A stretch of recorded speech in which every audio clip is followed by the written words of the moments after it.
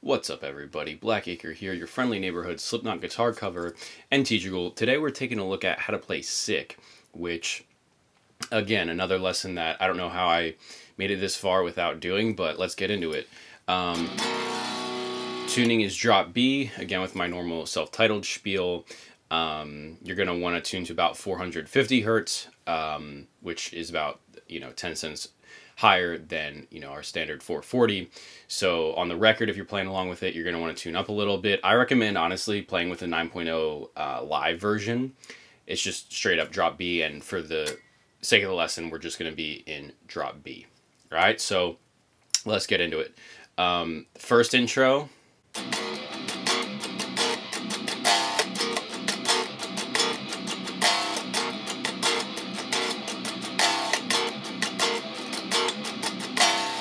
All right, all that is going to be the bottom two strings, so 6th and 5th strings.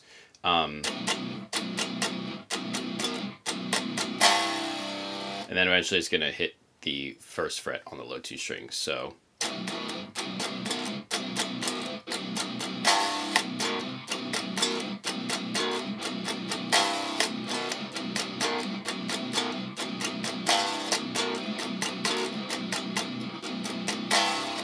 all right, and then it's going to pick up a little bit, and then it's going to do like a galloping version of that.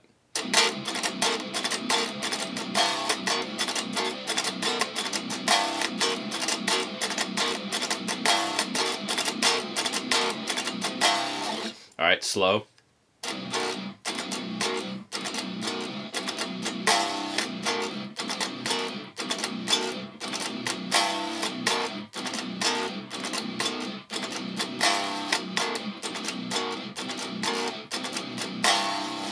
All right, then comes the, here comes the pain sample.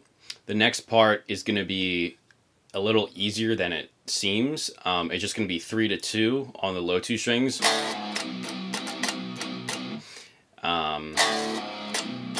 2 open chugs. And then a triplet. And then 2 more open notes.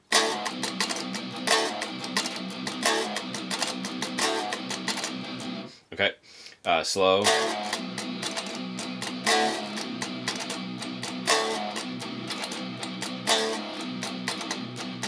All right, then we get into the verses. So first verse, Mick's going to start it off, and we're going to join in. There's just going to be open notes, so it's going to be, this is kind of like the main riff of the song, but it's going to sound like this.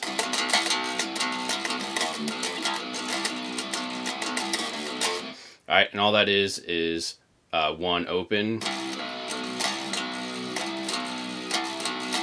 and then 4-3 open, and then 6 on the low 6 strings. So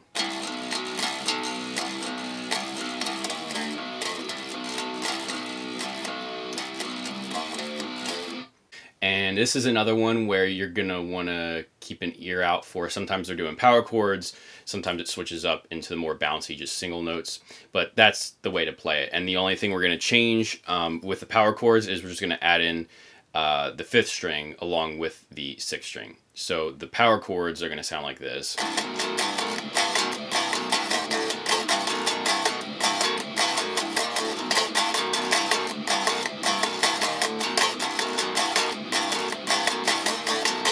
All right, a little faster.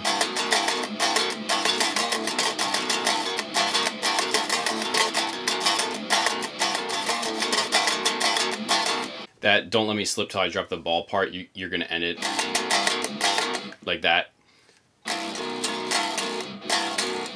All right, next is going to come the grind part. So Mick does the higher octave, Jim does the lower. It's just going to be 5. This is all tremolo picked. So it's going to be 5, 2, 3, and 1 on the low 6 string. So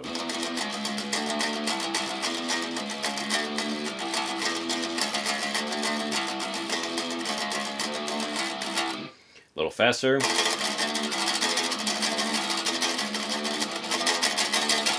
For the next verse, we're going to join Mick. We're going to come in on the 4-3 open 6 on the low 2 strings. So it's going to go, you're you're going to join in on that and then go into the full riff. So.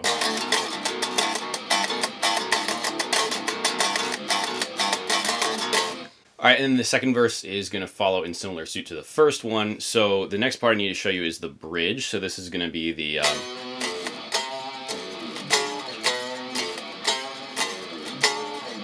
all right, so that's going to be an octave starting on the 5th fret of the 5th string and 7th fret of the 3rd string. And then you're going to hit the 6th fret of the 6th fret of the 6th string. And you're going to it kind of has this, like, I don't know, percussive feel to it. I don't feel like it's just, it's kind of like a, so anyway, we're going to do that. And then we're going to move up 1 fret, so 6th fret on the 5th string octave.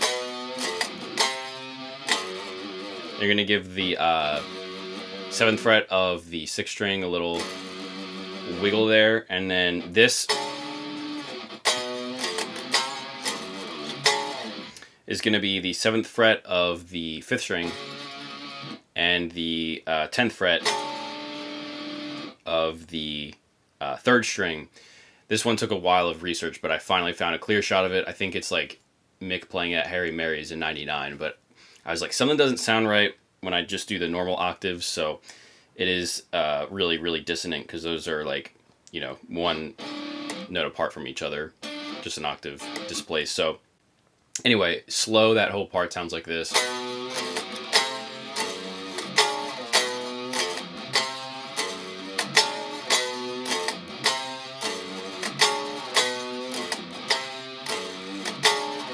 Alright, the next part is going to be another kind of part that's based off octaves, but you're going to want to use a lot of effects for this one. I think there's some type of Q filter, auto-wah, gross thing that I think, you know, Mick used to use in one of his like rack mount effects. It sounds so cool. It's like a robotic voice almost type of thing. But anyway, the notes that they're playing, I was able to find a good shot of Jim playing this at, I think, London in 2002.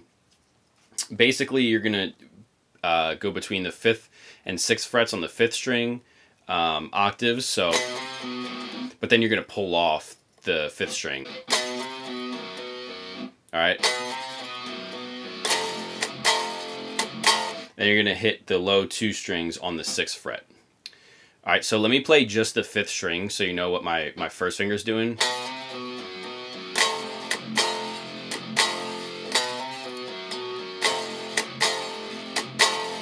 All right, then we add it in with the octave.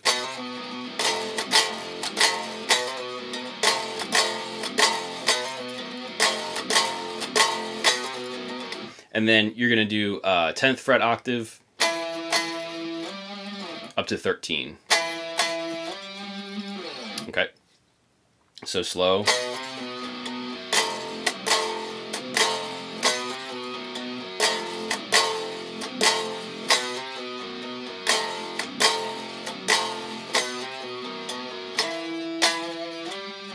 I know it doesn't sound as cool without the effects, but I just wanted to play it without the effects so you can hear exactly what notes are being played, because it kind of gets lost in translation a little bit, which I love. It has its own sound, but just for the sake of the lesson, those are the notes. The next part's going to be just the bottom 2 strings. It's going to be open and 1, so it's just going to be...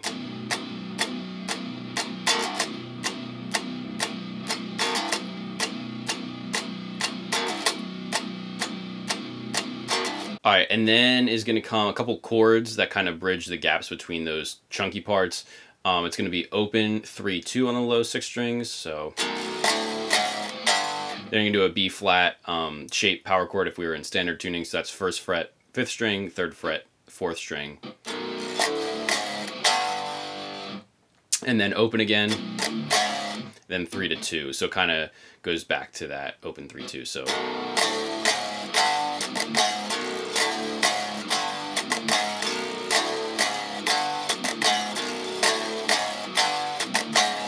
All right, next up is the You Can't Kill Me part. It's going to start off like that chunky riff I showed you a couple seconds ago.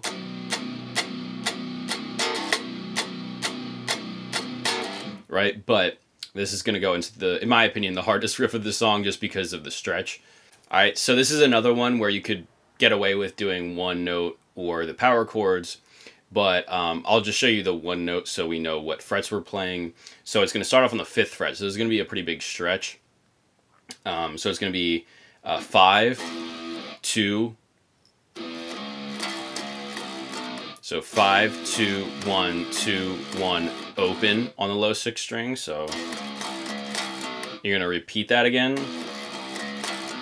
The last time you're going to do 5, 1, open, 1 to end it, and then it's going to loop that.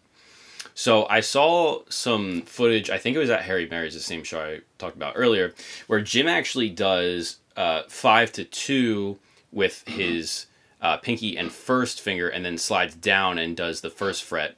To me, that's a little bit of a challenge because of how fast that riff is. It just kind of discombobulates me a bit.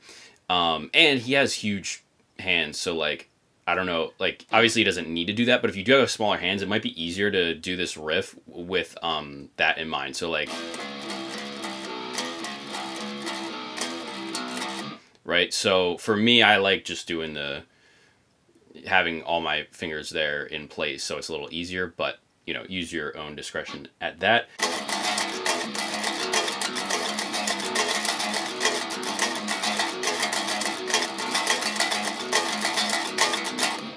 Alright, and that's the song. So thank you guys for watching. As always, I've been Blackacre. You've been lovely.